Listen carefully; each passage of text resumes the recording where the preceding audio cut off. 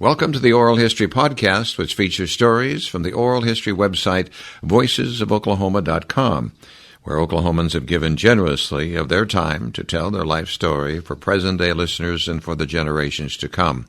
Our entire collection is available at voicesofoklahoma.com. By subscribing to our podcast, you will be notified of new Oklahoma oral history podcasts. So now listen to another interesting storyteller from voicesofoklahoma.com. Oklahoma native James C. Lake Sr. grew up on the farm his grandfather homesteaded in 1891. He worked the soda counter at Rickner's bookstore and restaurant in Norman while attending college at the University of Oklahoma, and as a trombone player, even took a job repairing the school's band uniforms on a $10 sewing machine. He became president of the band in 1938 and raised money for trips, where he often slept in the baggage car to protect the group's uniforms and instruments. In 1940, Lake married Marjory Griffin, the daughter of grocery pioneer J.T. Griffin of Muskogee. He became a salesman for Griffin Grocery Company and during World War II played an important role in expediting food shipments for the federal government. Upon the death of J.T. Griffin, Lake assumed part of the management responsibilities of Griffin Enterprises. With his brother-in-law, John J.T. Griffin, Lake established TV stations in Tulsa, Little Rock, and Oklahoma City. His annual car auctions in Tulsa drew thousands of spectators from around the world. Mr. Lake was inducted into the Oklahoma Hall of Fame in 1979. His daughter, Nancy Leake Sevenoaks, tells us the story of her father on voicesofoklahoma.com. My name is John Erling. Today's date is October 26, 2022. Nancy, would you state your full name, please? Nancy Leake Sevenoaks. And where are we recording this interview? In our home in Tulsa, Oklahoma. So you're the storyteller here, but yet I ask birth dates and age. Your birth date? I'm an August baby, August 14th, 1951. Your present age is? 71. And where were you born? I was born in Muskogee, Oklahoma. All right. Your mother's name? Marjory Griffin. And where did she come from and grow up? She was born in McAllister, Oklahoma, and moved to Muskogee when she was approximately 5 years old with her family as they moved their business, Griffin Grocery Company, from McAllister to Muskogee. Any idea why that happened? Because the roads were better and the better train system was there at the Muskogee Depot. And it was all about getting the food to all of the rural areas in Oklahoma. The roads were not very good at that time, and transportation was a key, and they did it either by semis or they did it by train. Yeah. What was her personality like? She was very, very fun. She was very curious, and she lived her life to the fullest. She was a curious person, very happy all the time, singing, smoking, and drinking. But not to excess? Not to excess, but to fun. To fun. Right. Well, then we're here then to tell the story of your father, and your father's name? It was James Chowning Lake, Sr. I got to ask about the name Chowning. Chowning is one of the oldest names in the United States. It comes from a Thomas Chowning who came over in the 1600s and settled in Virginia. And all of the Chownings, or any compilation of that word, they all have been traced back to this one man who came in the 1600s. And then your father, Senior, was born when? He was born in 1915. My mother was born in 1918, and Daddy was born in 1915 in Chandler, Oklahoma, on the land that was homesteaded by his great-grandfather in the land run of the late 1896 era. And your father died when? Daddy died in 2001. And he was how old? He was 84 years old. Okay. I think, right around there. Right. But then his father Did you say homesteaded in the land run of 1872? His great-grandfather, they came, they went on horseback, and he had all of his money in a money belt around his pocket. He'd gone back to England. They were, of course, from the United States. He'd gone back to England, made $600 in gold coins, came back, had it wrapped around his waist in a money belt, and did the land run on horseback and pulled the pin for a piece of property 4 miles approximately from what is now Route 66, just on the outskirts of Chandler. All right, and so that's your father's Daddy's grandfather. Right? Yes, sir. And were they from Illinois? Only for a short. They had been from the South because they were Chownings, and they had gone back to England and came back and stayed with relatives in Illinois, and then came down to the land run, and they homesteaded on the Sac and Fox Indian Reservation. Then on his mother's side, then they came from where? They came from my grandfather, who was not an Indian. My grandfather Griffin, J.T. Griffin, came from Mississippi. He was from Houston, Mississippi. But my mother's family, they were Choctaw Indians, and of course their family had originally come on they had the Treaty of Dancing Rabbit in around 1836 with the federal government, because their chief was friendly with a U.S. president. They did not end up on a trail of tears like the Cherokees did. They went when it wasn't in the dead of winter, and they got the lands in southeastern Oklahoma.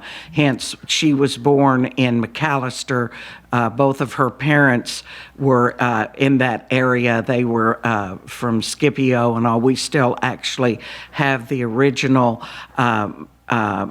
allotment that was allotted to my grandmother when she registered as an Indian before statehood, before the Dawes Rolls took effect. Is it true they came to Oklahoma by ox cart? Mm-hmm. Yes, sir, they did. They came by ox cart.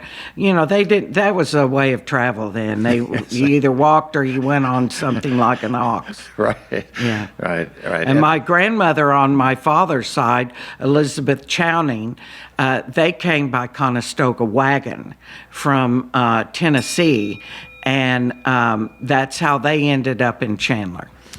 Do you have the reed organ that came on the ox cart? Unfortunately, I don't. I'm so sad that we don't have that. That was given to my brother's wife, who was she sort of majored, I think, in piano and all, and so Harriet has that, Harriet Lake. Okay, but it came in that ox cart. Yes, that's correct. So your father, education, how was? Well, he they were farmers. They, like Daddy always said, I asked him about the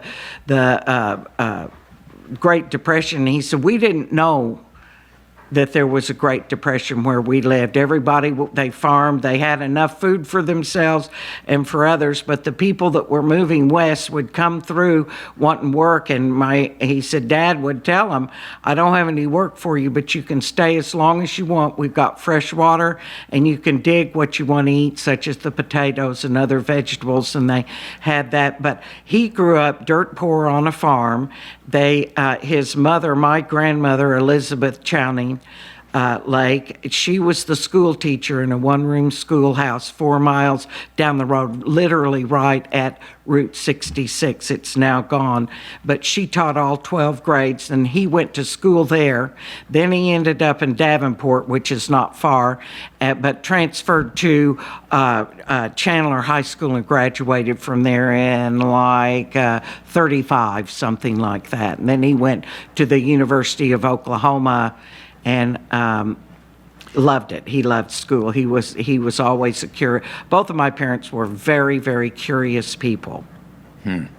While he was at OU, he was the equipment manager. Yes. Of the band. Well, he bought on account his horn that he played. He started, of course, they all played in school when they were in Chandler, and he paid $2 a month on it, and I think it cost $50. I have some of the receipts from that still. He kept that stuff, and when he got to the university, he, of course, didn't have any money. All of his siblings were back home, and he had 2 brothers and a sister, and his mother, my grandmother, Elizabeth, always said, if we can get Jimmy off the farm, he will help get the rest of you off the farm. That was her goal.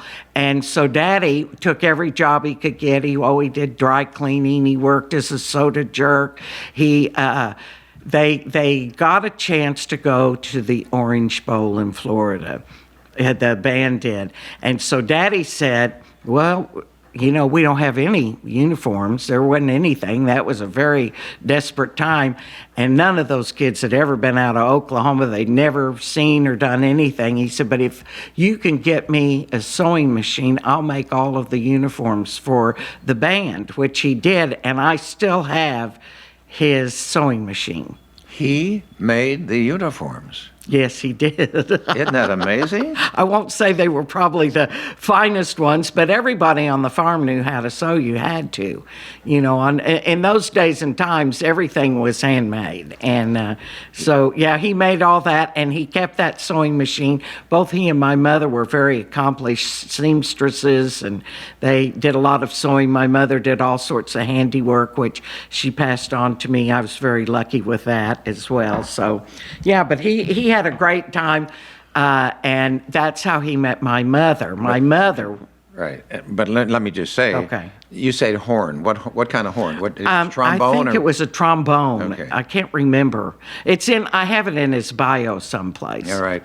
And then didn't he sleep in the baggage car to protect the uniforms and make sure nobody stole them? It was the band equipment, because that, if you pay $1 a week or $2, a month for it, and it takes you months to buy something, you don't want someone to steal that from you. So yes, he did.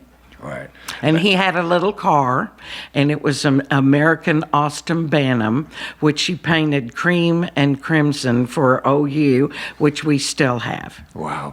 So we're talking about what years now? 35 through 40-ish, 39, 40-ish, so right. That 5 years. He wanted to be a doctor, but then with the war and with all the stuff that was going on, and he met my mother, which was a marvelous story, because he was working as a soda jerk and my mother was a pie-fi down at OU, and they sat next to each other in a class because no one was between L and G, and that's how it comes. So he thought, well, the way to her heart is to bring her fresh orange juice when she comes down the steps of the OU house, the Pi-Fi house, and that's how he won her heart, was with fresh orange juice that he would squeeze. Man, little did they know what they were starting.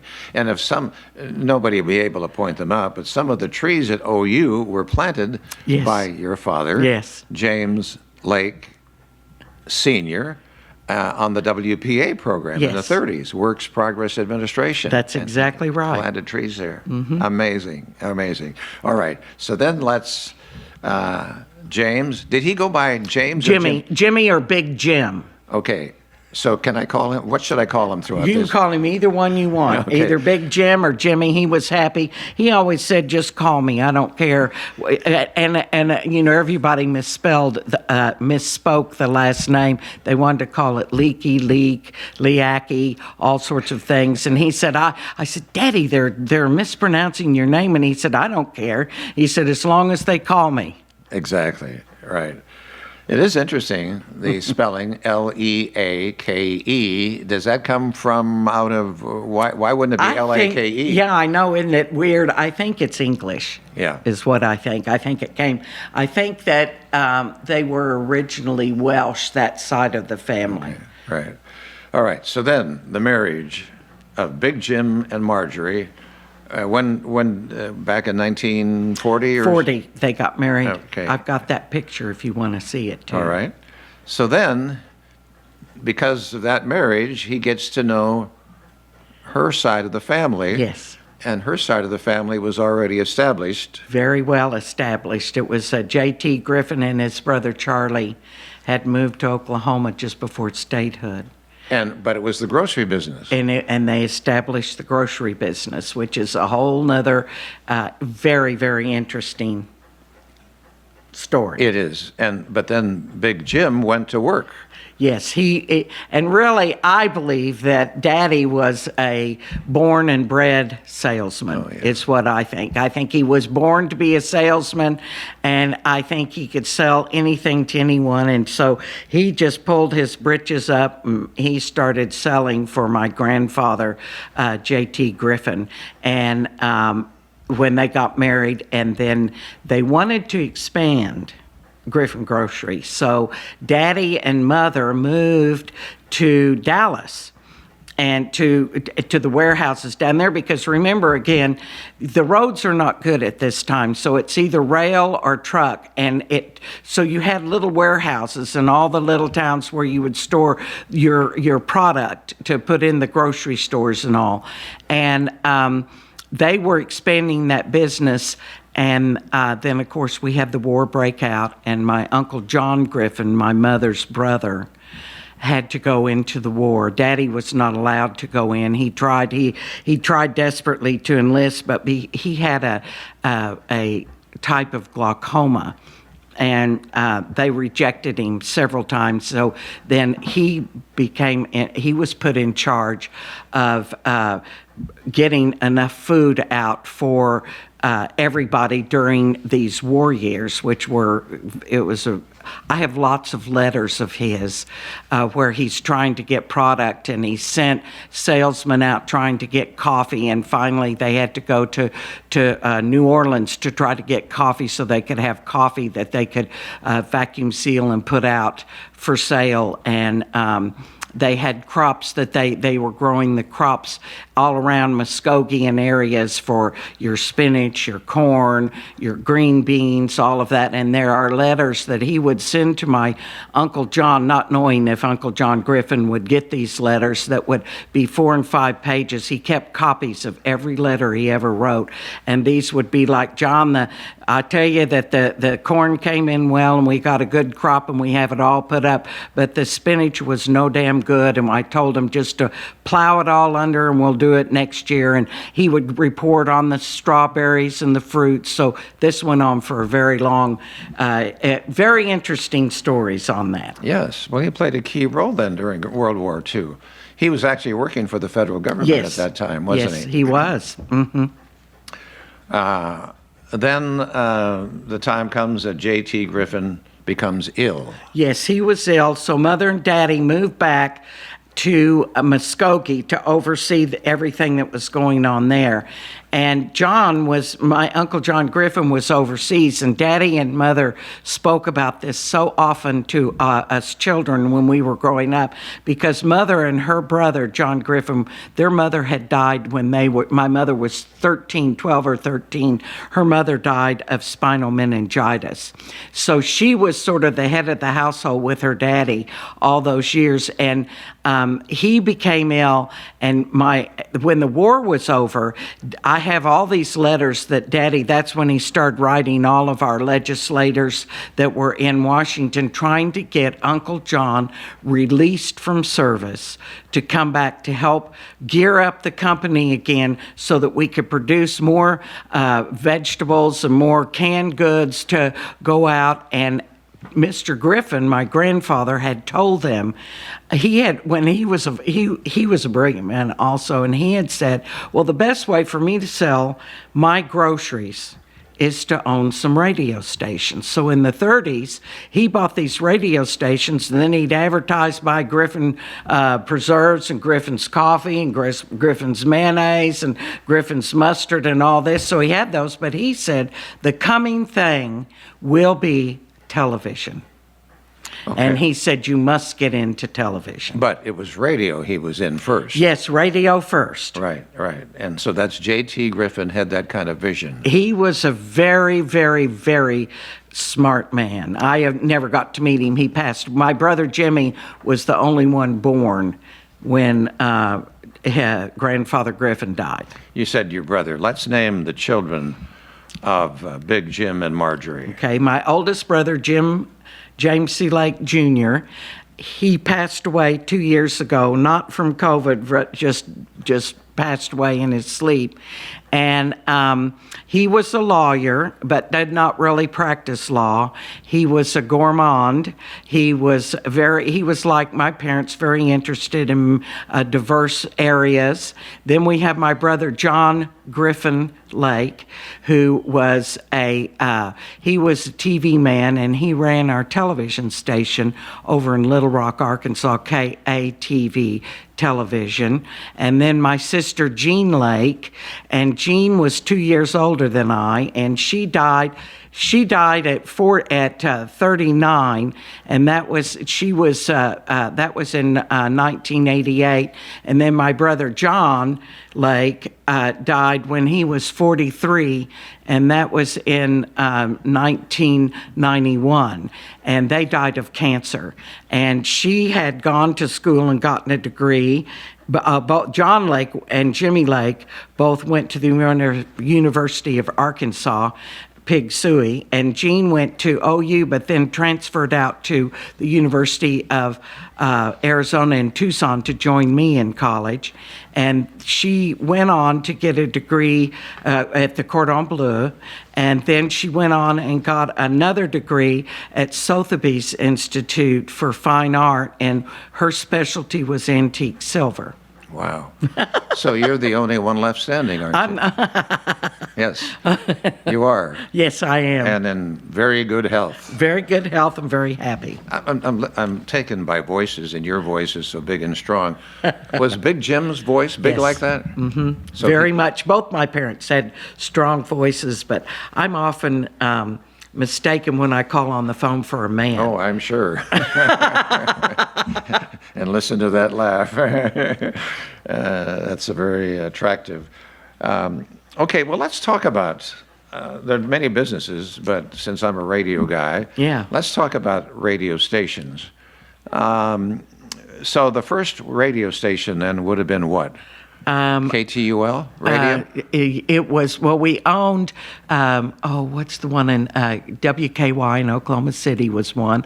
I don't really remember how many, because if you remember, they were scattered around. None of these had a large area of distribution because of the size of the towers and all at that time. Yeah. And so he had several of them. We had KTUL radio. We had WKY in Oklahoma City. No, I'm gonna have you change that unless you know for sure. This says KOMA in Oklahoma I meant City. KOMA. All right, so let's do that again. So what stations did they have? The KOMA in Oklahoma City, KTUL radio in Tulsa, and I'm sure several other smaller ones around. And yes, let's see, I have KWTV. Okay, now they're getting into television here. We haven't done that yet. So they had those radio stations, and then, because your grandfather had the vision for television, they started on that. They started on television. They knew what they wanted. They got Uncle John back. And I will say that in business, which my mother and my uncle and my father were in business together over 50 years, and they never had an argument because they all were of the same mindset. My uncle was a very quiet man, but very determined and knowledgeable in what he wanted. So they started in trying to get TV stations.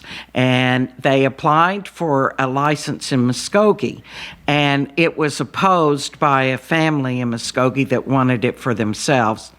We were granted the one in Oklahoma City for KWTV, one in Little Rock, Arkansas for KA television, and the one in Muskogee, which was KWTV, I think, or something. I can't remember the call letters right now. And so the key was, the hard part was getting the metal to put up the towers, because this is the end of World War II. All of the metal had been used during the war. So one of their jobs was to find, and Daddy found in Pine Bluff, there was an old tower there. Should we wait for him? Somebody coming in? Yeah. Will you throw her in the back room with the other dog? Okay. Will you throw her? Get some cookies. Ronnie, this is John Early. Hi, Ronnie. He had to take her to the vet for me because... Okay, right. She's a devil. Oh, hello. Is this what kind? She's a King Charles Cavalier. I have two of them. I have two of them as well. What colors? I have a tri, and this is the black and tan. I have a tri and a Blenheim. Oh, do you? My daughter has a Blenheim. And then I have a golden, golden retriever. We used to have the golden, but she's moved elsewhere. Yeah. Yeah. Okay. Yeah, this is Carolyn Durnell, and I have her sister Catherine. Okay. And they were my parents' best friends, Carolyn and Catherine Cave. I name all my dogs after people. Yes. But they have to be deceased. Okay, well, so we were talking about you're talking about the towers. the towers, And yes. found the metal. And so I have a letter where he said, well, they said there's a tower on the ground in Pine Bluff, Arkansas, and they would go around and they would find these. They scavenged them, and then they put 3 television stations on the air in 9 months. Channel 7 in Little Rock was the first, then it was Channel 9, and then Channel 8. And the strongest one was, of course, Channel 9 in Oklahoma City. It was the capital city of the state. CBS was the #1 TV station. This is 1953, so there isn't a whole lot of content on air. There was a lot of blank screen on air, but that one was immediately. ABC was the third major television station to go on the air, and it took, that was Leonard Goldenson had put it on the air, and it took a while for it to really gain its strength, and in the late 60s and in the 70s is when it came on gangbusters. But all 3 stations did well. KTUL television was originally down on Old Boulder Park. I think they call it Veterans Park, and the small building is still there. It started in Muskogee, and Don Woods was there, and Jack Morris was there. I remember them as a very small child, and they were in Muskogee, and we had it, and the building, I believe is still standing, was a grocery store on the east side, I think a Weddell's grocery store for a while, but the goal was to always move it to Tulsa, which is where it should have been all along, but they'd had this fight with one of the other families in Muskogee trying to keep them from getting the license. So once they got the approval, they moved it to Tulsa, KTUL for Tulsa, and there it remained. So Don Woods came from Muskogee. He and Jack, I remember him from when I was a little child. But then Jack Morris moved to Yes. Channel 2. Mm-hmm. And that happens, and that back and forth. And remember, his famous end every time was, "Do you know where your children are?" I don't know if you remember. Were you here then? No. Well, yeah. So anyway, Who said that? Jack Morris. He was a marvelous, Yeah. marvelous. No, I did. I came in '76, so I did see him on Channel 2. Yes, on Channel 2, but he was originally with Channel 8, and I had a bunch of his, I probably still have it, very early photos and things like that. But it was like any infancy, and television was an infancy there.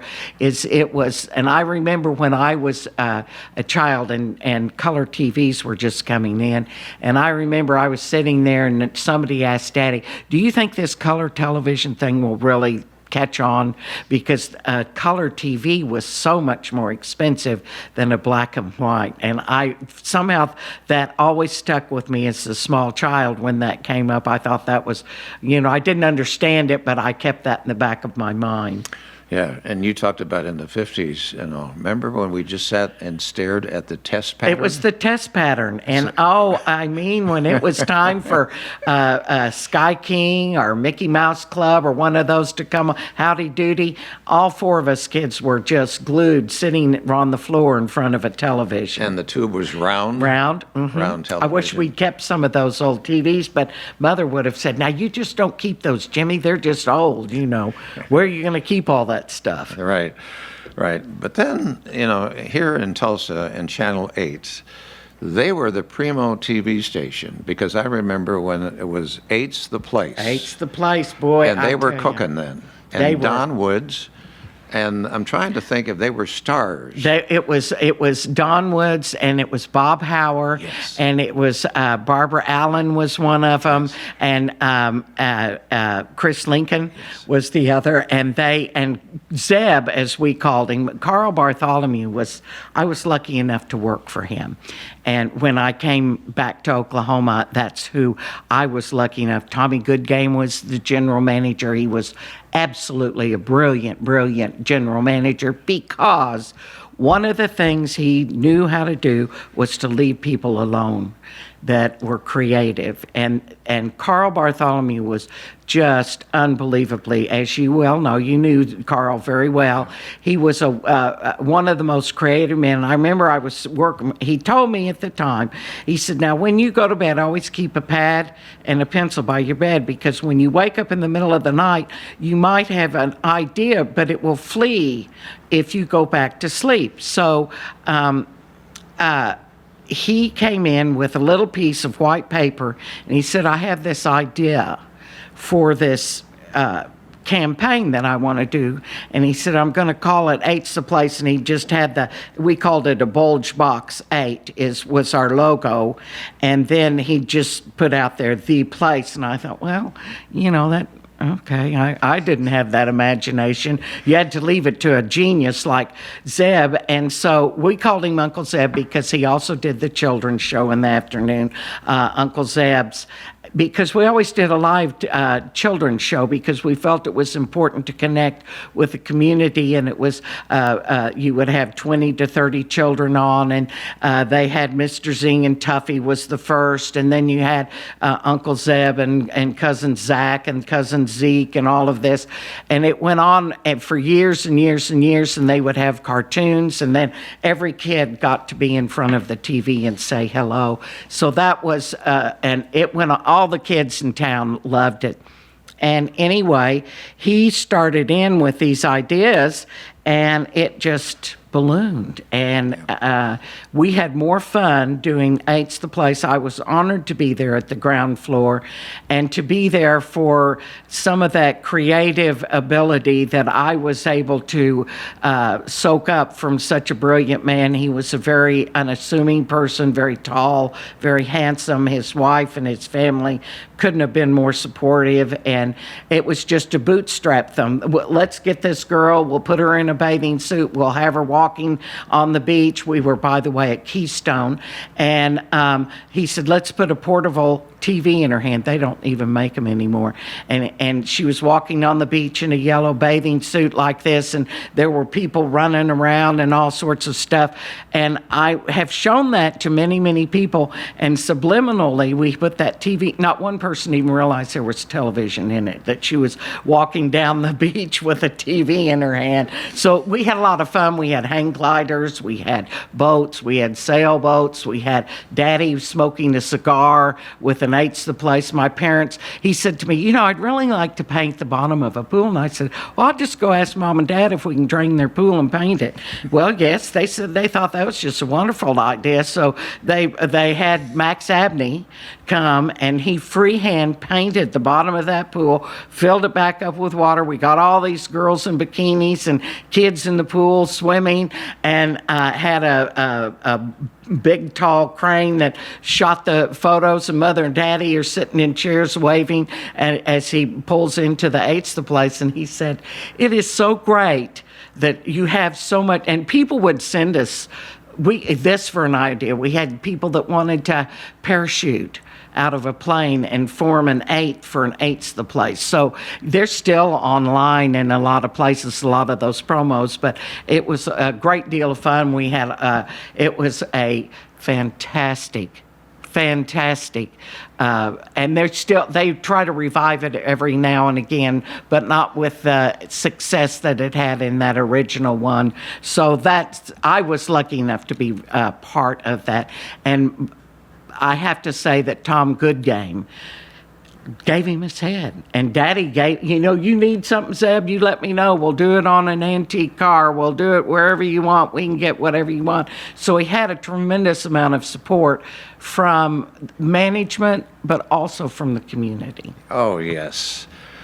It's rare that a TV station can dominate like that. Well, it was home-owned, don't forget. We That's were true. a local television station because Harold Stewart had sold Channel 2, and he was local at the time, but they sold him to the big companies. So Channel 8, Channel 7, and Channel 9 were all locally owned, and so we could put our fingers on the pulse of the community. It wasn't just Tulsa area. It wasn't just Oklahoma City. We put up the largest tower in the world when we put up the tower outside of Coweta at 1,909 feet up. And then the Highway Patrol put their communication systems on it, the police. So it was a multi-use tower.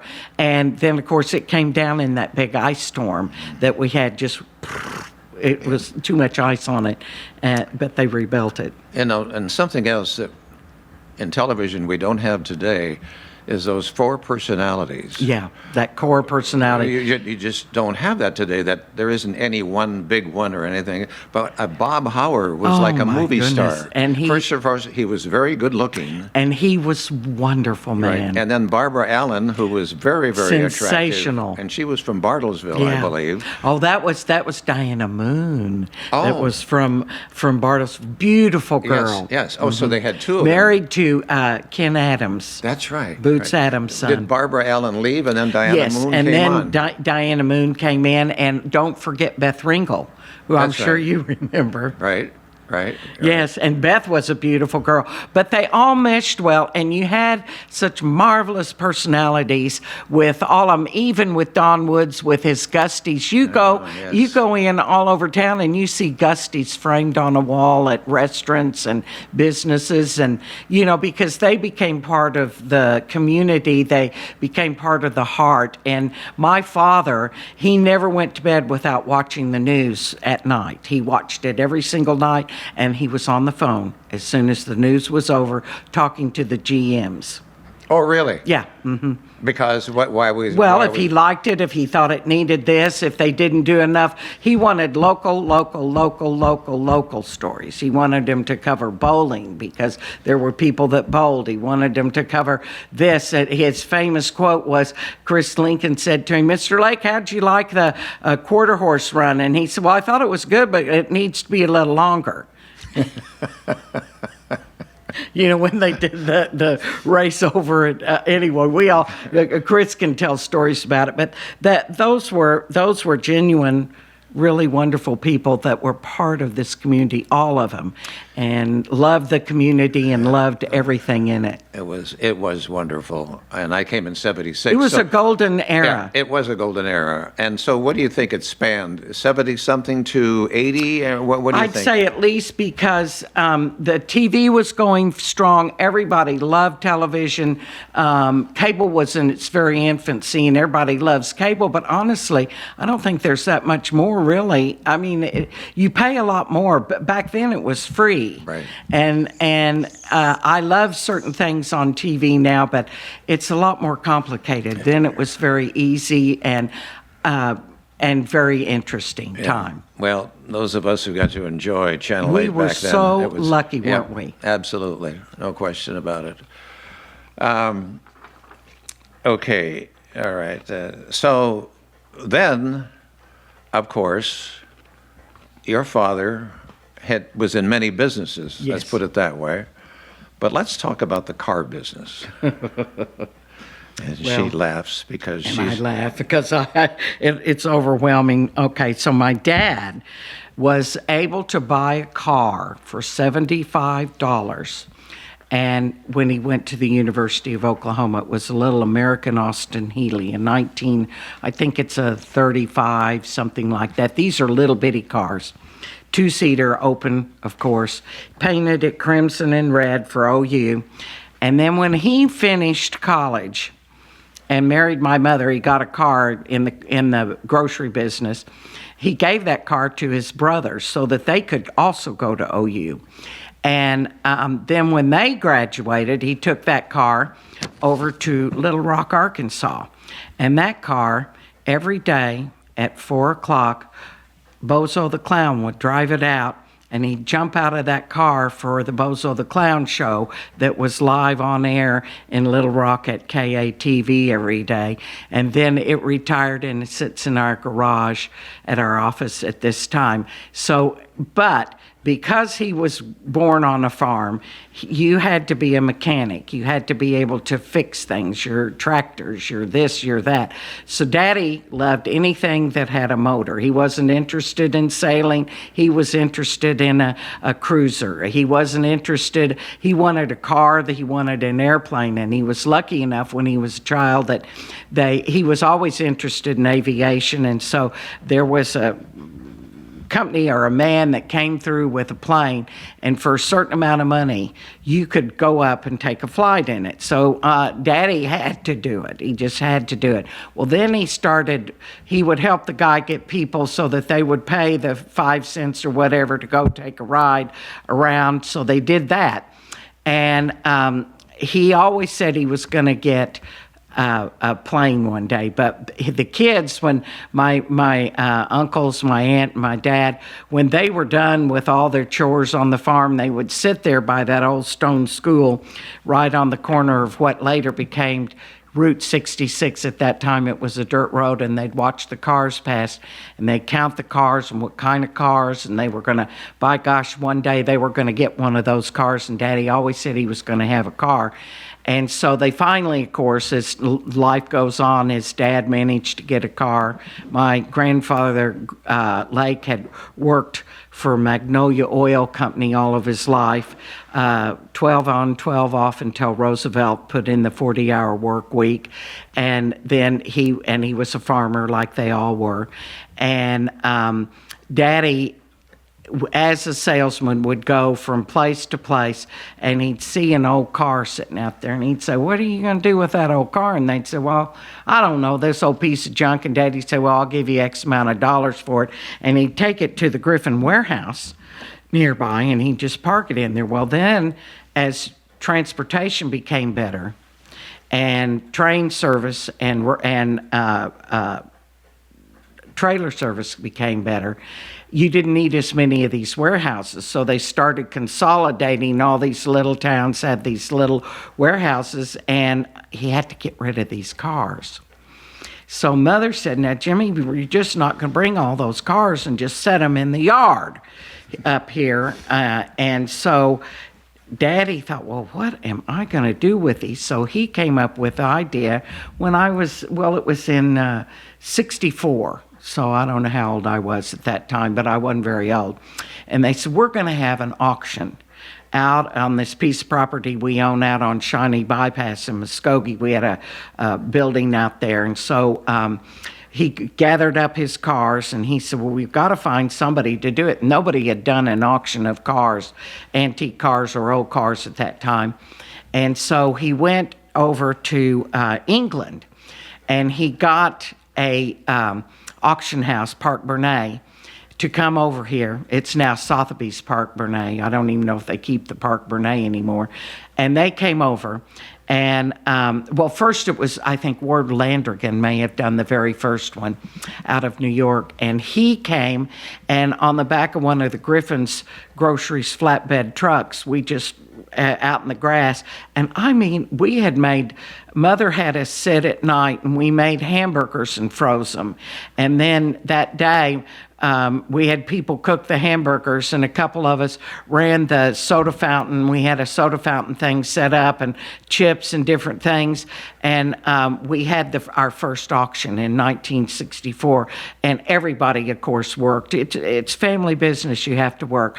And Daddy, I have some pictures of it. And some of the people who became lifelong friends of my parents came over from Europe for it and everything, because they wanted those beautiful old cars that were not worth anything. And that day, Daddy sold 3 he sold a Duesenberg and 2 cords and made $10,000 on the 3 of them. And he said, by gosh, I have tripled my money. And so we counted the funds from the concession stand, and we made $640. We went, we are so rich. What are we going to do? And we all looked at each other in the house, and we all said, let's go to Mexico. So my brothers got in a 4-door Lincoln, with the suicide doors. We had 3 of those, and they drove down. We just said, we're all going to meet in Acapulco. And so because Daddy had become friends with J. Paul Getty, and he had a resort down there in Acapulco, and we were going to go stay there. So we took, at the time, Mother had loved bright colors, and he had bought her a hot pink 54 Cadillac, a hot pink limousine. My sister said, thank God we were young and didn't know enough to be embarrassed. But the brake failed and it ran into the lake, so he had to get a new one. So he got a lipstick red Cadillac limousine, 1964, I think. And they had the sort of pointed fins on the back. And we drove from Muskogee, Oklahoma, all the way down. We stopped in Mexico City, and then we went on to Guadalajara, and then we went to Tasco, and then we went down to Acapulco, where everybody met up, and we all had a great time down there, and that beautiful red Cadillac. But he'd gotten the bug, and as a small child, even when we lived in our first house, or my first house on Boston, he would come home with an old fire truck, and he'd say, everybody get on board the fire truck, we're going to drive through town. He'd run that siren on it, and then the police came and said, you just can't drive around town in a fire truck. People think there's a fire someplace. And we were all hanging off of it. So he always had a car. You never knew what you were going to drive, what he was going to take you to school in. It could be a 54 Chevy, or it could be a Rolls Royce, but he became to love Rolls Royce for their mechanics. And so in 64, he said, Marge, I'm going to go over to this sale over in England. And I'm not going to buy anything, but I'm just going to look. And so over he went, and about 4 days later, Mother goes in for breakfast, and there in the front page of the newspaper is a photo of my father with his hands over his head and standing in a 1911 Rolls Royce built for the Maharaja of Mysore, who used it to hunt tigers in India. And he had bought it, and it said, highest price ever paid for a car at auction of $24,000. And Daddy has his hands up like this. All the men are in pork pie hats. You can just see them there in their thin ties and everything. And he brought this car back and documented when they unloaded it and all of this. That car ran like a dream, but that was became the love of his car. And he at one time had the largest private collection of Rolls Royces in the world. And he loved those early Maharaja cars, but he loved all early cars. He loved steam engines. He loved the Stanley steamers. We raced those in England for years in the Brighton Run. We had ABC did 2 sports programs. Emmy Goes to Brighton, and when they documented Jackie, who was the race car driver, Jackie, whatever his name was, that's the Irish guy or Scottish, he was wonderful. Anyway, he's driving Emmy from London to Brighton, and that was always the first Sunday in November, and it celebrated the repeal of there was this act when cars first came out. You had to have someone walk in front of the car to announce that the car was coming, so that it wouldn't scare the horses that were driving people in carriages. So they call that the Brighton Run, and cars have to be completely vetted to show that they're accurate, real. They don't have part. You can have new old parts on it, like if you have a problem with a car. But Daddy and Mother went that first year and fell in love with that, fell in love with all the people they met. That they got into a whole circle over there of dear friends that lasted for life. And that started them on this tremendous journey. And Mother bought some antiques because it was revenge for buying that car. Yes. And so then she said, well, I think we can they decided they were going to open a museum in Muskogee because he had so many cars. So we opened it on the site of the very first car auction we had in '64 out on Shawnee Bypass, and they called it horseless carriages. Then we changed the name later, but it was fun, and we had the cars, and then the gal who was helping us run it said, well, I think you can sell like postcards and knickknacks for the kids that come through. So then Mother said, well, as long as we're doing that, we might as well have a gift shop and an antique shop. So then we would buy this stuff in Europe and bring it over every year, and we had this very big business of antiques, mostly English and European antiques. Furniture, silver, everything, paintings, whatever you can think of. We had it in that store, and then we had a little gift shop. So their curiosity took them on tangents, is what I would say. And then my brother Jimmy came along in the 70s and said, I have this friend, George Soupies, who wants to sell his business. It was the razor clam. So we bought the razor clam, and I eventually ended up working with Ricky Camp there because I had just gotten finished going to the Cordon Bleu like my sister did. And so that was great fun, and he was a wonderful person to work with. Yes, and we all remember the razor clam located. It was right on. It was what they thought the city was going to move that way. I guess George Soupies, I don't know how he picked the building. That was on 21st, and there's a car dealership there, 21st and Memorial, and it is on the northeast, just over.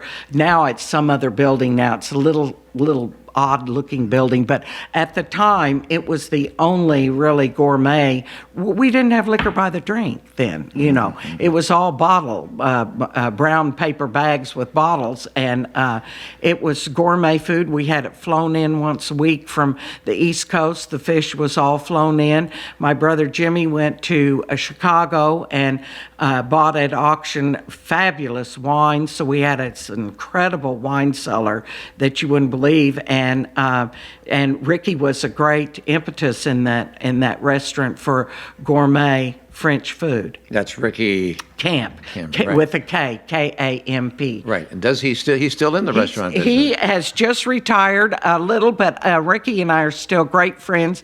I see him, he comes again from a food family. You know, they owned the famous Camp's grocery store in Oklahoma City, and he's been in the business really all of his life as well.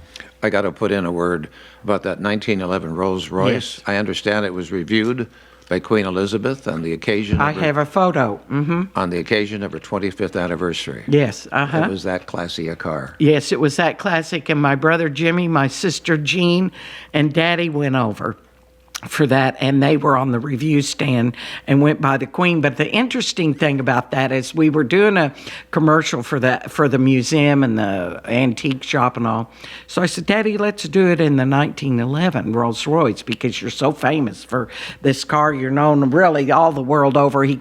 I have one whole file drawer of clippings that people sent from all over the world who did not know my father that sent this clipping that made the papers in their countries. But so he is in the Honor Heights Park, and he's in this Rolls Royce, and he's driving it. And so the crew, so we've got to mic the car and do all this stuff. And they said, we don't need to mic it. The car is so quiet that we didn't even need to put a mic on it. And Daddy just drove by, he's driving, and he looks over and waves his hand, and he says, "Hi, I'm Jim Lake. This is a 1911 Rolls-Royce built for the Maharaja of Mysore. Come see this and more cars at my museum in Muskogee, Oklahoma." He just peels out and drives off. You could put a glass of champagne on the hood of that car, and it wouldn't make a ripple. And I understand it's now in the Far East, and sitting, it just is so sad, sitting on marble pedestals on top of a fountain in an interior building. And you know, Daddy was a big believer, as am I, as was my brother, that you should drive the cars. Maybe not a lot, but they need to be, these are not pieces of art. These were things that we used. Now you need to respect them and take care of them. But Daddy drove every car all the time. He's like, Jay Leno's like that. Jay Leno has that beautiful museum out at Burbank Airport. And he can walk in, and I've seen him do it. I've been there a couple of times. I've seen him walk in and get in a Stanley steamer and just peel out and drive off into LA traffic. Mm-hmm. Great. And it's fun. Here's a historical 1954 Humber Pullman limousine. Yes. A gift from Lord Roots to his lifelong friend, Sir Winston Churchill. Yes, and it had a special ashtray in the back for his cigars, extra long, and then the seat would slide forward so that Sir Winston could get out of the car easier. And we had that for many, many years. Daddy bought it with one of his best friends, Bill Hayes, out of Muskogee, and they had more fun with that car. We still have, I still have one in my garage, a 1970 Cadillac DeVille convertible that Daddy bought for Mother new, and at Christmas in 1970, but he had special paint because she liked red interior with a blue outside, and so painted outside. And so he said, "I've just got to get a big bow to put on it so that I can present it to her on Christmas Day." So he went to Joanne Stewart, Harold Stewart's wife. Now, Joanne, who was the epitome of taste in Tulsa, had the most marvelous store in Utica Square called Le Marquis. And so he said, "Do you think you could make me a big bow?" So she got this big bow, and we put it on the cart. Well, when I went out and saw that car on Christmas Day, I went, I have to have that car. Well, Daddy wouldn't sell it to me for the longest time. He kept it. We mostly used it in parades. So then he said to me, "I tell you what, Nancy, I'm going to give you that Cadillac. You've always wanted it." And I said, "Oh, Daddy, I'm so excited. I can't wait." And so I said, "Oaks, Daddy has finally said that he's going to give me that Cadillac." And he told me I didn't have to pay him anything for it. And Oaks got this look on his face, and he said, "That's because I had to pay for it." Okay, now we entered the name Oaks. Yes. Who is Oaks? Oaks is my husband, Richard Sevenoaks. We call him Oaks here. I do, but you can call him Richard or Oaks, either one. And your husband had a close relationship with your father. Very close. He was his mentor. Daddy was a mentor to many, many young people, both male and female. We had people that came and lived with us, that youngsters, my friends, several of my friends lived with us when we were growing up. If they were having issues at home or whatever, my parents would just say, "By gosh, y'all come over and live with us for a while until things work out." And I don't know if people still do that, but they became lifelong, almost second children to my parents, and I can name so many people that way. So we were very blessed in that. That first auction in Muskogee led to other auctions. Yes. And So let's we follow that trail. Okay, so we had that first one in 1964, and then he built his collection back up, and he said, "I want to put in a museum down in Arlington, Texas." So he said, "We're going to call it Wings and Wheels over Texas." And he had some airplanes he hung up, and we had these cars. And my sister Jean was instrumental. I was in college at the time. And so we had an auction down there.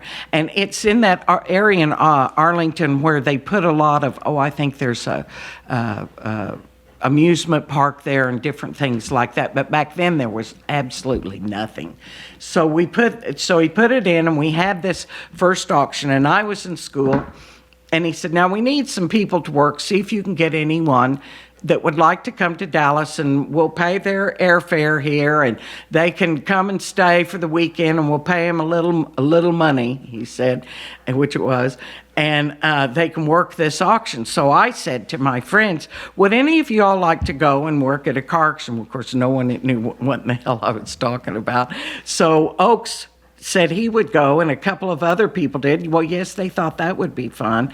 So we went and we had this auction, and again, had a lot of people from Europe, because those beautiful, what I call the heavy iron, the 30s, 40s, those beautiful Packards, beautiful Duesenbergs, wonderful cars. Plus, Daddy loved the early ones, like the '03 Fords and the Wintons and all of those. They came over for it. We had a marvelous time, and that was the first auction I think Oaks ever worked. So that was pretty early, and we had 2 auctions. The first one we had was at Dallas, at the fairgrounds, at that old fairgrounds. We had it there first, but then we moved it to Arlington for the second one. And then Daddy said, you know what the hell? He said, why are we doing this here? We have one of the finest buildings in all of the world located in Tulsa, Oklahoma, with it was called the IPE building at the time. And he said, it's the largest free span building in this part of the country. And he said, let's just have the auctions there. So we turned it over, and we started hosting the auctions there. And let me tell you, they loved it. It was all indoors. It was all dust-free. It was all climate-controlled. It was secured. It was a fantastic building. It was run well and has been through these many, many years. And we were in there until we sold the company. We had it, and it was our flagship auction. We held once a year there. Right. And so we're talking years. That's like 73, 74, until we sold the company in, 17? In 2017? Yes. Mm-hmm. And who bought the company?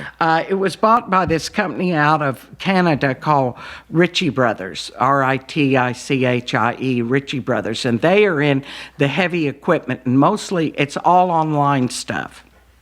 And they're worldwide, biggest one in the world. And they wanted to get into the collector car business because it was making a lot of money. So they had approached us, one of a number that had approached us to buy it. And the minute they bought it, they said, well, you know, we don't really like the way you do business. We think instead of having 4 auctions and appealing to the $40,000 to $120,000 car person, we want to have it all no reserve, and we want it to be just like Barrett Jackson, but we're going to be better than Barrett Jackson, and we're going to do this and that and the other, and we're going to focus on 1 or 2 auctions a year. And then it collapsed on them. And they had a couple of auctions, they weren't good, and then COVID came, and it was a marvelous excuse to get out of the business. Wow. I believe, I don't know, and nothing's been done since then. But, you know, they bought us for one purpose, but then the people who came in, they brought in some additional people to manage it, and they wanted it to have the same footprint as Barrett Jackson, and that was not really our clientele. Our clientele was more of the, I would say, anywhere from a $15,000, $20,000 on up to $200,000, $250,000. That's where we were. But Barrett Jackson, of course, is very successful. Barrett, we went to the first sale he ever had out in Phoenix, and it was on the corner of Camelback and what they called at the time Rural Road. And Mother and Daddy came out. I was in school. Gina and I, by this time, were both in school at the University of Arizona.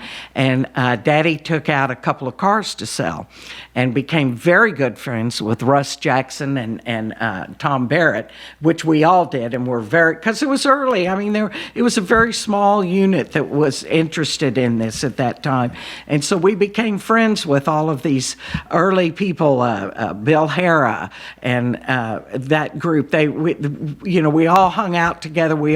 And by that I mean my parents did, and by attrition, those of us who were interested in the car business would filter along, and so we went to that first auction, and Daddy had one of the cars he took was a boat tail Rolls Royce that was copper bodied. By a boat tail, it comes back to a point in the back like it's a boat.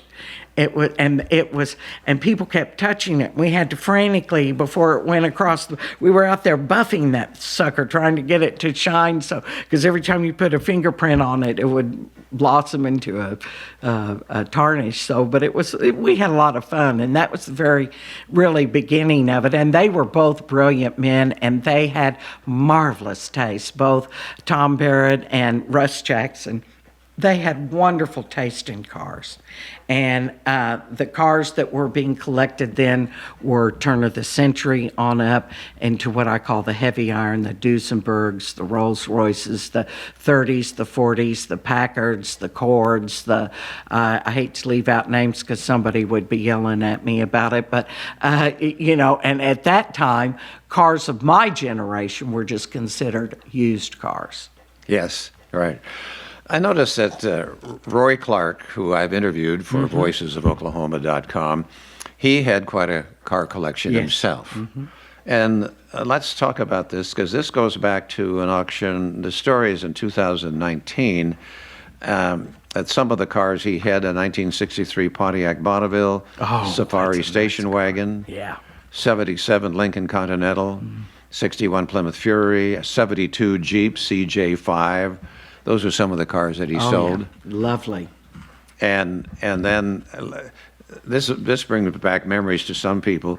In that auction, a 1961 Porsche 35 6B 1600 Reuter Cabriolet. Yes. That's out of my league. That's why. Yeah. But I was a Ford and Chevy kind of guy. But he was a 60 Chevrolet Corvette, Chevrolet Bel Air, Packard Woody wagon, 1948. Yes. And we can go on with these, of course, but these wonderful cars that... And now it's a business, it's television, and they have all sorts of knockoff shows, which are wonderful for it. And I will say this, when you have someone, and I think this is one of the things that both my parents liked, is they were small town people, and they didn't care if you were in a ritzy car or in a old car. Do you remember the car Jack Zink always drove? It didn't look like much, but it had the engine in it that would take you from here to the moon.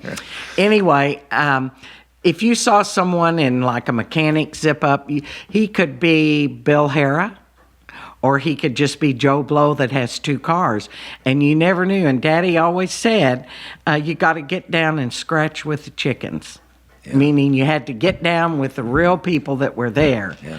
And he was just as happy sitting in the shade under a tree talking to some mechanic as he was to the president of ABC, Leonard Goldenson. He's just as happy. And that's what made him so unique. Well, he was interested. Like I say, I was lucky. I had two parents who liked to have fun, and they were very, very interesting people. He loved cars. He loved boats. He liked old boats. Like we had a 1948 Owens. It was about a 40-footer wooden hull boat, and then we had a Chris Craft, a 53 Chris Craft that was beautiful. That we kept those on Fort Gibson Lake, and he and my Uncle John had dug out the area that they wanted for their boat docks before it was all filled in, so that they'd have a deeper channel there. And then Uncle John had his boats there, and my Uncle Bill Ray had his boats and a house there, and we had our big boat there. So he liked those boats, and he loved airplanes. We always had a plane flying. Back to the auction, you and your husband Richard Oakes. Yes. By the way, where does Sevenoaks? It's English. It's about 30 miles outside of London. He did his ancestry over there, and it's about 30 minutes outside of London, very close to Chartwell, which is where Winston Churchill's home is. And it's a small town, well, probably not so small now, that a foundling was found under an oak tree. And he went on to become the Lord Mayor of London, and that he was named, since he was foundling or an orphan, they gave him the name of Sevenoaks because of the Sevenoaks there. And there's a big manor house there and everything. And we went back with his parents one time, and they had us on the front page of the paper. All right. So, but you and Richard, you took over the auction. Yes. We always worked the auction. I worked it from the very first one on. But then, then we took it over from Daddy, and but he still worked with us because he had to keep his fingers in the pie. And we had a Barca-lounger out at the office, and Oaks. We had a big partner's desk. It's still there. And Daddy sat on one side of the partner's desk, and Oaks sat on the other side, and they would work the phones, as they called it. And they would call people, and they would go out on sales calls, and they made actually a marvelous team. It was wonderful because of the way Daddy was a natural salesman. You know, that's what he did. But he also, more than that, is he understood the cars and the love for the cars. So it was just a special passion of his. He drove a different one every day. Did he have an office at KTUL up there? No, Did he never? He never did. He never had an office, and he never tried to micromanage the stations. But by gosh, he was in a lot of contact with the three station managers at the stations. Is it even in the peanut business, wasn't he? Well, we inherited that, and so that was down in Denison, Texas, and my brothers would have to go down in the summer and work at the peanut company, and they made peanut butter and peanut butter products. It was never successful, is what I would say, but my dad, once he got his teeth into it, he tried and tried, and they were so relieved when we finally sold it. And it was right there in Denison. I remember going down. It was in the old way down before they got the new highway, and you passed the building before you just went over the viaduct. But then aviation was it as big a part of his life as cars? Or At least. Oh, really? Yes, he was passionate about it. And when he had first taken the ride in that plane, his dad didn't want him to go up. My grandfather did not want Daddy to do it, but Daddy talked his way in. And of course, both of his brothers ended up working as mechanics or whatever during the war on airplanes. But Daddy knew that it was a time machine. He used to tell us many, many, many times that an airplane, but it was more than that really to him, but he said an airplane let him spend an additional number of nights at home with his family that he would normally not be able to, because with businesses in Oklahoma City and Tulsa and Little Rock, and having to go to New York to lobby, or to go to California, or go up to Chicago for this or that, and grocery business or whatever they were doing. So he learned to fly very young. And my mother said that their first plane, she just sat on there wasn't a real seat in the plane, and she sat on a parachute when they would go up. And he had some canvas coated planes, and one time they took one of those planes. We would go over to see my grandpa over on the farm, and he'd call and say, "Dad, we're going to fly over." And Grandpa would go out in his car and move the cattle out of the way, and we would just land right in the field there. And then we'd go in and have fried chicken lunch or whatever we were doing. And I remember one of my girlfriends who was staying with us at the time, I said, "Mary, you want to go over to see my grandpa?" Oh, yeah, she thought that was fun. And so we were, I think at that time, maybe in an Aero Commander. And so we went over and we started coming down. I saw she was gripping the armrest real tight. And she said, "Are we crashing?" I said, "No, we're landing in the field." I hadn't even thought about it, because we'd always landed in the field. But with the early days, they had landed in the field, and they'd gone in, I think it may have been before my time, and the cattle had gotten back in, and they ate the canvas off the wings, so they had to borrow it. borrow my grandpa's car to get home. But he had that, and then for years, and my Uncle John Griffin was a pilot, my brother Jimmy was a pilot, and my sister Jean got her pilot's license, and I flew with her. But we flew everywhere, and he was such an addict for it that he'd get up and he'd say, Marge, let's go to lunch up at Western Hills. Well, Western Hills Lodge on Fort Gibson is probably a 30-minute drive from us. And Mother would say, Jimmy, it'll take us as long to get in the plane and get there as it would to drive. But back in the 60s, they had put in an airstrip up there. So Daddy wanted to make use of that airstrip. So we flew all the time. We flew everywhere. We'd fly to Dallas. We'd fly all over the States. We flew to Mexico a number of times. When he was older, we made him get a co-pilot.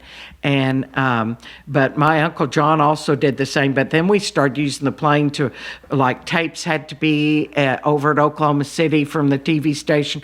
They'd fly it over if they had it short on time, or to Little Rock, they'd fly it there because they were big into sports, and they had these really big units that they would do remotes from. Remember when you had to do remotes, and they had these big, really sort of like motor homes, and they would fit them out, and they would go and cover the games in Little Rock, in Fort Fayetteville, and the games at OU and OSU, and we were all over this part of the country doing that kind of a things. And the planes at that time were a fairly inexpensive way. We already had them. We were using them.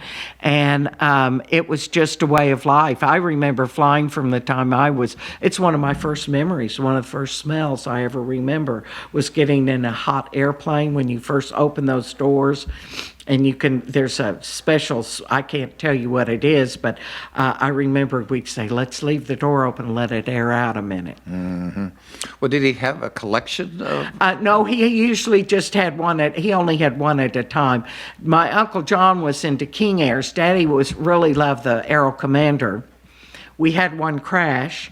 But it was just our pilot, Jimmy Stevenson, that was in it, who was one of my father's best friends. And we think he had health issues, and that he just... So he died. And it went in. But after that one, we had several Aero Commanders. Those are the ones I remember the most. And then we went into King Airs, which is what my Uncle John Griffin also had. And he had King Airs, and... He just loved to fly. He was happy to, the people that do that, I don't know if you know them, they just hang around airports, and someone says, I'm going here today. Well, you need someone to ride along with you, and they just hop in the plane and go. You went all over. You can comment on some of these things, because beyond his businesses, he was involved in our community. Yes. He served as chairman of the Gilcrease Institute of American History and Art. Passionate about it. Absolutely he really passionate. Was. Mm-hmm.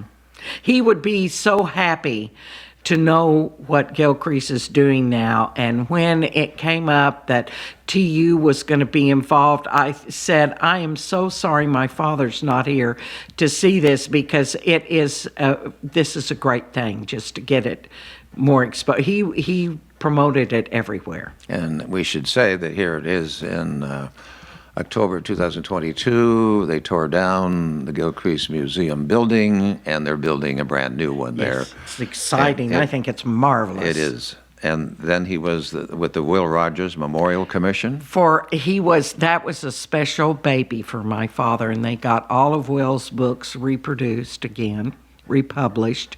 He worked with Reba Collins there for 30 years. They built onto the building, and he had Rune Arledge, who was the head of ABC, come and do the inaugural for the new building, which is now not a new building anymore, but became very good friends with Will Jr., And so we used to see Will a lot, who looked just like his daddy. Mm-hmm. And he had a place in Tubac, Arizona. And when Mother and Daddy would come out to Tucson to see us, it's an artist community between Tucson and Nogales. And we would sometimes go by there if Will was there. They owned a ranch, I believe, maybe right on the border as well. Mm-hmm. I don't know if any of that's there or if it's any of my business, but I just remember that from years gone by. So it was quite a again, a passion product. If you know, Will Rogers was a great aviator. He was a great Oklahoman. He was a salt of the earth kind of a person. And so that was very interesting to my father as well. And then your father won the American Heritage Award for the Gilcrease story. Yes. Tell me about that. Well, he decided this stuff needed, much like what you're doing right now, these stories needed to be told. And we had the most wonderful person that worked at Channel 8, Bob Gregory, one of three brothers who were in the broadcast business, who were passionate, some of the most fabulous men that ever came out of Oklahoma. They have not been touted properly, in my opinion, but Bob Gregory was a wonderful storyteller. He was a wonderful writer. He was very curious. He had a marvelous personality. Voice. His voice was just like, oh my goodness. Yep. And so he and Daddy started talking about this. And again, Tommy Goodgame, pushed this through, and they did the Gilcrease story. Then they decided they needed to do the Oil in Oklahoma series, which included different tribes and all. And they had these different programs on. Then they took it from there and decided to do a companion book for it, which Richard, my husband Oakes, went around to all the small towns and sold the book to all different stores and all when it was one of his first jobs after we got married in 1977. And then it just went from there. It was, how those things just spiral forward, and they did a lot, and that's how he got J. Paul Getty. He got the last interview with J. Paul Getty. Who did? My father did, and my mother, and everybody went over to Sutton Place, which was the home that J. Paul Getty owned in England, and did the story on him. And one of the questions that my father asked him, because there had been a notorious kidnapping of his grandson. I don't know if you remember, and they cut off his hair. Yep. And Daddy said, well, the word is you're having all this work done at Sutton Place. And they say that you installed a payphone because people needed to make phone calls. And he said, I did that because they were making all these phone calls to all over the world, and I was paying for them. And he said, well, tell us about, your grandson who had his ear, you wouldn't pay He said, if I paid that ransom, every member of my family was in imminent danger, because the next one would be kidnapped and the next one would be kidnapped. And I found that, they always sensationalize that in the news. But so he has that last interview with J. Paul Getty, and I have photographs of it. And of course, we have that in our archives at our office, which I would like to get out sometime and get. And I'm looking at this picture of your father with J. Paul Getty. Yeah. You have it sitting right in front of us here. That's pretty amazing. Absolutely amazing. And then they got the Chicago International Film Festival Award for the E.W. Marlin story. Yes. E.W. Marlin was a governor of the state of Oklahoma, so he did that story. And the Edward R. Murrow Award for the 5 Civilized Tribes, The Unfinished Journey. Isn't it incredible? It is. Mm-hmm. For all the things that he touched. It just started, and he was an Oklahoman, and he wanted to promote Oklahoma, and that's how he did it. He was lucky enough to have the ability to surround himself with people who were very creative.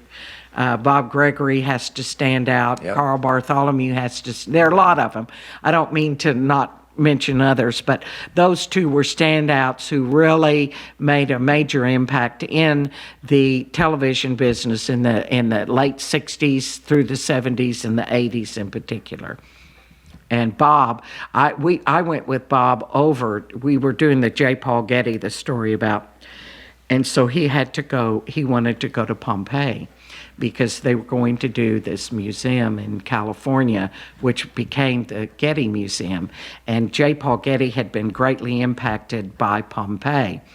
And so we had to get special permission from the government of Italy to go to Pompeii to film. And Bob Gregory, we went down there and we did that story, and then he came and he filmed the Brighton Run. He stayed over with the crew, and we did the Brighton Run again with him. Mm-hmm. I've had the good fortune to been around some of these people. Bob Gregory and he wanted to take me to lunch, and I've forgotten why, but he listened to KRNG. Yes, everybody listened to you. And Bob, I was honored that he was interested enough to take me to lunch. Tom Goodgame, he loved everybody in town, but I don't know where it was. I would bump into Tom, and he would always visit with me about the radio station and all that. They were just great people. So I feel fortunate that I came when I did, and I could kind of relate to some of the people that you're talking about. You know, about J. Paul Getty, they said that when he lived at the Mayo Hotel, he put a payphone outside his apartment, and he did that there as well. That's why he had money. I got to ask the question about faith. Did your father have a faith? Was he? Yes. Did he talk about God? Yes, he did all the time. He often quoted the Bible, "To whom much is given, much is expected," and he sort of lived that way. Mm-hmm. And because he knew he had come up from a kid that was in high school and didn't have shoes to wear to school, like all of the other kids in his class, up to whatever he really wanted to do, and.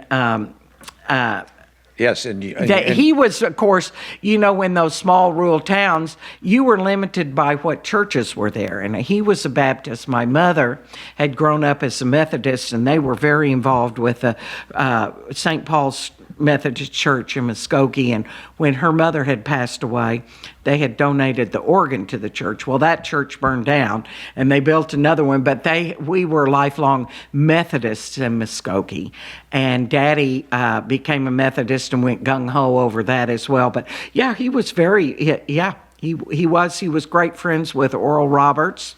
Oh, really? We put Oral Roberts on the air. You did? Yes, Channel 8 did. He had not, he was a revivalist. He was... Evangelist. Yes, evangelist, and had tent revivals and all, and he had a real following, and Daddy and Oral became friends, and Oral had wanted to get on TV, and so Daddy was trying to get him to get on, and we had a friend that helped us out of here, and we got him on the air and put him on, and then they put in Boston Avenue Church on the air. So Sunday mornings. Your father put Oral Roberts on Channel 8. Yes. His program. Yes, and Barry Switzer at OU football. That was right. So was that the first time Oral got on television? I think it was. Now, I'm not sure, but I know it was the first time he was on our station. Because, Sunday morning was all religious television. Right. What traits of your father do you admire as you look back on him? Curiosity and love of people would be two of the big ones. He and my parents were not at all snobbish in any way, or they didn't feel any certain things. They just were curious people who liked to have a good time. They liked to know new things and find things that were going on and enjoy people. They were always learning something. So it was very interesting. I'm sure you've acted on those things yourself. Yes. Mm-hmm. Right. And my family, I have a daughter, one who is a antique appraiser. I have one who is a school teacher, one who is in wholesale clothing. So we spread the gambit. It's fun. And I'm sorry, I didn't ask you about your own children. Oh, that's all right. I have 3 girls, Oaks and I do. Let's name them. We have Audrey Sevenoaks, who is a school teacher here in town. She did special needs school teaching for many years, and she's now teaching at a private school and teaching preschoolers. Then our middle daughter is Ann Griffin Sevenoaks, and she's married to David Bransky and lives in Calabasas, California. They have 2 little children, a boy and girl. Audrey has 2 little girls. And then Sophie Leake Sevenoaks lives here in town with her husband, Luke Lawson. And she is in the antique appraising. She went to Sotheby's school for her master's and postgraduate after that. And her husband moved here with the Kaiser He's from Texas originally, and he moved here with a Chrysler Remote. Isn't that fun? They were living in New York for many years, and they moved back here during the pandemic. So we're blessed to have 2 out of the 3 here. That is great. Well, your dad died then July 3rd of 2001. Yeah, and 4th of July was his very favorite holiday. Oh, is that right, I suppose? I had a list of the honorary pallbearers Yes. at the funeral. And some of these people we know, and you may want to comment. Rich Atwell. Well, he's a wonderful friend of ours from Fredericksburg and a marvelous car collector, and has been a very dear, close friend of ours for many years. Camp Bonds. Camp Bonds from Muskogee, yes. These were all people that we grew up with. David Boren. David Boren. Daddy was very close to David. Oh, really? Very close. Big supporter of him Yes, then, right? Politically, was he a Democrat, Republican, or did he was a take... Democrat, honey. He was from the middle of Oklahoma. And, of course, at that time, everybody was a Democrat. That's true. Peter Duncan? Peter Duncan, his wife, Linda, it was my sister's best friend. He's from South Africa, and he's the most marvelous man. They live in Oklahoma City, and he was a 2-time Olympian for the University of Oklahoma. This is Peter Duncan. He's from South Africa and came up to swim for OU, and they live in Oklahoma City. That's a whole nother open barrel of monkeys right there. They're fabulous. Right. Well, there's so many names. Of course, Tom Goodgame would be Yes. an honorary. Jack Morris. Jack was Morris. Honorary. Dale Nicholson. He ran our station in Little Rock, Arkansas. Mike Norman. Oh, he was a marvelous judge out of Muskogee. Mike Rafter. Yes, again, and from Muskogee. Scott Robinson. He ran the port in Muskogee. Here is Alonzo Slick Smith. Oh, yeah. Have you ever heard of Slick's Restaurant in Muskogee? Yes. Oh my goodness. Yes. He had a little. He had a barbecue place that he rented from us, and on New Year's Day every year he would bring a greasy brown bag with all of ones that was his rent for the year. He paid a year in advance because he was afraid Daddy would raise the rent. And he was the same age as my mother. We called him Slick, and he was Hollywood's best friend. Hollywood was a gentleman that worked for us for many years that became a member of our family as well. And Ben Hollywood Ziegler. But Slick was fantastic friend of ours. Harold Stewart, of course. Well, would be they were part. best friends. Right. Wayne Tatum. Yes, Uncle Wayne Tatum, we called him. He ran the boat docks and worked at the grocery company in Muskogee. And then John Wilson. John Wilson was a dear friend out of Dallas. How would you like your father to be remembered? Well, just as someone who loved Oklahoma and loved his family and loved his country and wanted to promote Oklahoma. He was big into green country. He was one of the founders of the green country, wanted to promote it all the time. He was, and George Nye was involved in that as well. They were very good friends. Right. He and George Nye. But, okay, so George and I, maybe, I don't know who named it, but your father really promoted green country. Oh, my goodness. And through the TV station. We were able to, it was a launch pad for all of these promotions that you could do for the state, and that's what he was all about. Yeah. He was a true Oklahoman, and he was proud to be from Oklahoma, and he was proud of his family, and he was proud of my mother's family. He was a big promoter of women. He always thought my sister and I could do anything we wanted. He wanted us to get an education. He said to us when we were kids, you've got to get an education because you never know when it will just be you and your children, and you have to take care of them yourself and provide for your children. So he always was forward-looking. And I think that the people who liked my father and who were around him a great deal, and they could turn to either of my parents at any time for support or help, or if you just wanted to vent. Yeah. But I got to thank you. You're so animated, and you remember all this. You're a walking history book. Thank you for sharing this for our present generation and for the generations to come. Well, and you're very entertaining, and I thoroughly enjoyed this. Well, thank you very much. I was hesitant because I wasn't sure, I like to tell stories, but mostly on a small basis. I'm not real outgoing in that way, but I've had a lot more fun than I ever thought I could have. All right. Thank you. Thank you so much. All right.